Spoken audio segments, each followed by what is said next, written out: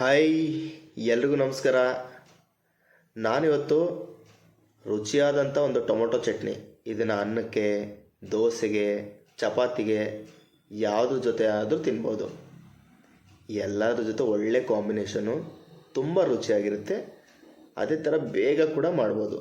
ಬನ್ನಿ ಅದನ್ನು ಹೇಗೆ ಮಾಡೋದು ಅಂತ ನೋಡೋಣ. ಇವಾಗ ಸ್ಟವ್ ಮೇಲೆ ಒಂದು ಬಾಣಲಿನ ಇಟ್ಟಿದ್ದೀನಿ. ಅದಕ್ಕೆ ಒಂದು 3-4 ಸ್ಪೂನ್ ಎಣ್ಣೆ ಹಾಕಿದ್ದೀನಿ.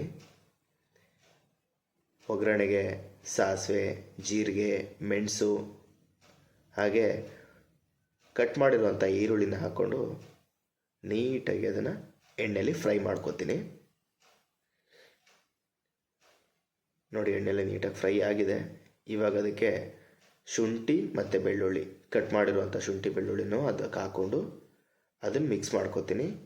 ಇವಾಗ ಒಂದು 7-8 ಹಸಿರು ಮೆಣಸಿನ್ಕಾಯಿನ ಹಾಕೋತಾ ಇದ್ದೀನಿ. ಖಾರಕ್ಕೆ ಅನುಗುಣವಾಗಿ ಹಾಕೋಬೇಕು. ಈಗ ಅದಕ್ಕೆ ಕರಿಬೇವಿನ ಸೊಪ್ಪು, 1-2 ಕಡ್ಡಿ ಕರಿಬೇವಿನ ಸೊಪ್ಪನ್ನ ಕೂಡ ಹಾಕೋತಾ ಇದ್ದೀನಿ ಅದಕ್ಕೆ. ಈಗ ನೋಡಿ, ಒಂದೇ ಒಂದು ಬೆಟ್ಟದ ನೆಲ್ಲಿಕಾಯಿ ಇತ್ತು, ಸೊ ಬೆಟ್ಟದ ನೆಲ್ಲಿಕಾಯಿ ಕೂಡ ಹಾಕ್ತಾಯಿದ್ದೀನಿ. ಅದ್ರ ಜೊತೆ ಟೊಮೊಟೊ 1-2-3 ಟೊಮೊಟೊನೂ ಹಾಕೋತಾ ಇದ್ದೀನಿ. ಹುಳಿ ನೋಡ್ಕೊಂಡು ಹಾಕ್ಕೊಳ್ಳಿ, ಯಾಕೆಂದರೆ ನೆಲ್ಲಿಕಾಯಿ ಕೂಡ ಹಾಕಿದ್ದೀನಲ್ವ ಇದಕ್ಕೆ. ಸೊ ಇವಾಗ ಅದ್ರ ಮೇಲೆ ಕೊತ್ತಂಬರಿ ಹಾಗೆ ಪುದೀನ ಸೊಪ್ಪನ್ನ ಕಟ್ ಮಾಡಿ ಅದಕ್ಕೆ ಹಾಕೋತಾ ಇದ್ದೀನಿ. ನೋಡಿ, ನೀಟಾಗಿ ಇವಾಗ ಎಣ್ಣೆಯಲ್ಲಿ ಫ್ರೈ ಆಗ್ತಾಯಿದೆ. ಹಾಕಿರುವಂಥ ಎಲ್ಲ ಮಸಾಲೆಗಳು, ಪದಾರ್ಥಗಳು ಕೂಡ ಮೆತ್ತಗಾಗಿದೆ.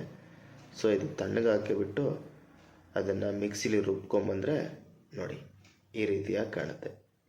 ಇವಾಗ ನೀವು ಯಾವ ಜೊತೆಗಾದರೂ ತಿನ್ಬೋದು. ಅನ್ನ, ಚಪಾತಿ, ದೋಸೆ, ಇಡ್ಲಿ ಯಾವ್ದು ಜೊತೆಗಾದರೂ ತಿನ್ನೋದಕ್ಕೆ ತುಂಬ ರುಚಿಯಾದಂಥ ಟೊಮೊಟೊ ಚಟ್ನಿ ರೆಡಿಯಾಗಿದೆ.